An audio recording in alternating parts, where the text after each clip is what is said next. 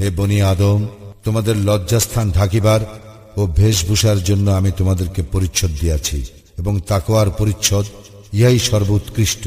ইহা আল্লাহর নিদর্শন সমূহের অন্যতম, যাতে তাহারা উপদেশ গ্রহণ করে।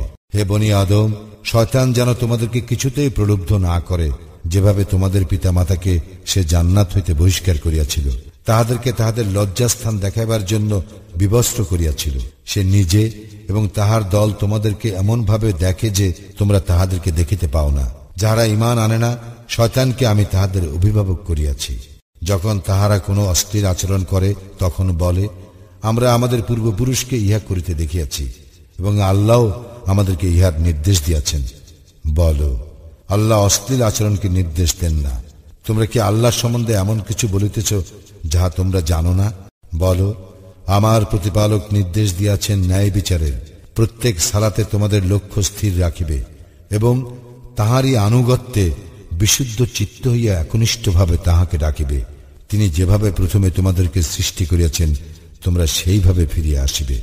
এক দলকে তিনি সৎপথে পরিচালিত করিয়াছেন এবং অপর দলের পথভ্রান্তি নির্ধারিত হইয়াছে। তাহারা আল্লাহকে ছাড়িয়া শয়তানকে তাহাদের অভিভাবক করিয়াছিল এবং মনে করিত তাহারাই সৎপথ প্রাপ্ত।